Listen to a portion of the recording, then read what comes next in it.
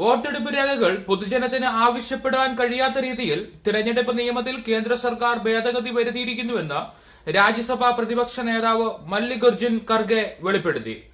Election കമ്മീഷന്റെ സമ്പൂർണത ഈ ഭേദഗതി നശിപ്പിക്കും എന്ന് അദ്ദേഹം കുറ്റപ്പെടുത്തി. ഇലക്ഷൻ കമ്മീഷന്റെ സ്വയാധികാരത്തെ നശിപ്പിക്കുന്ന ഈ ഭേദഗതി ജനാധിപത്യത്തിനെതിരായ കേന്ദ്ര സർക്കാരിന്റെ ആക്രമണമാണെന്നും കുറ്റപ്പെടുത്തി. വോട്ടെടുപ്പ് സമയത്ത് സിസിടിവി റെക്കോർഡിംഗുകൾ, വെബ്കാസ്റ്റിംഗ് ഫൂട്ടേജുകൾ എന്നിവ പൊതുജനത്തിന് ലഭ്യമാക്കണമെന്ന് 1961 തിരഞ്ഞെടുപ്പ് നിയമം നിഷ്കർഷിക്കുന്നുണ്ട്.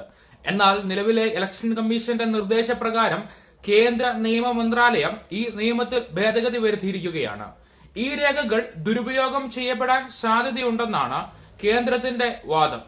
റൂൾ 93 പ്രകാരം തിരഞ്ഞെടുപ്പുമായി ബന്ധപ്പെട്ട എല്ലാ പേപ്പറുകളും പൊതുജനങ്ങൾക്ക് പരിശോധിക്കാം. നാമനിർദ്ദേശ രേഖ, ഇലക്ഷൻ ഏജന്റ് അപ്പോയിന്റ്മെന്റ്, തിരഞ്ഞെടുപ്പ് ഫലം, അക്കൌണ്ട് സ്റ്റേറ്റ്മെന്റ്സ് എന്നിവ മാത്രമേ ഇനി പൊതുജനങ്ങൾക്ക് ആവശ്യപ്പെടുവാൻ കഴിയുകയുള്ളൂ. വോട്ടെടുപ്പ് ഘട്ടത്തിലെ CCTV footage, webcasting video, candidate videos എന്നീ പ്രധാനപ്പെട്ട രേഖകൾ പൊതുജനങ്ങൾക്ക് അവകാശപ്പെടാൻ കഴിയില്ല. കോൺഗ്രസ് നിയമപരമായി ഈ ഭേദഗതിയെ നേരിടാനാണ് തീരുമാനിച്ചിരിക്കുന്നത്. സ്ഥാനാർത്ഥികൾക്ക് മാത്രമേ ഈ രഹസ്യരേഖകൾ ലഭ്യമാക്കുകയുള്ളൂവെന്നും കോടതി വഴി മാത്രമേ പൊതുജനങ്ങൾക്ക് ഈ രേഖകൾ ആവശ്യപ്പെടാൻ കഴിയുകയുള്ളൂവെന്നും ഇലക്ഷൻ കമ്മീഷൻ അധികൃതർ അറിയിച്ചു. പല സമയങ്ങളിൽ തെരഞ്ഞെടുപ്പ് പ്രക്രിയകളിൽ ക്രമക്കേട് നടന്നുവെന്ന ആശങ്ക കോൺഗ്രസ് പാർട്ടി പങ്കുവച്ചിട്ടും വോട്ടർ പട്ടികയിൽ ഒഴിവാക്കൽ നടന്നിട്ടുണ്ടെന്നും ഇവിഎം മെഷീൻ സുതാര്യമല്ലെന്ന് പറഞ്ഞിട്ടും കമ്മീഷൻ ശരിയായ ഒരു മറുപടിയും നൽകുവാൻ തയ്യാറായിട്ടില്ല. കമ്മീഷൻ ഒരു ക്വാസി ജുഡീഷ്യൽ ബോഡിയായിട്ടും സ്വതന്ത്രമായി ഒരു പ്രവർത്തനം നടത്താൻ അതിന് കഴിയുന്നില്ല.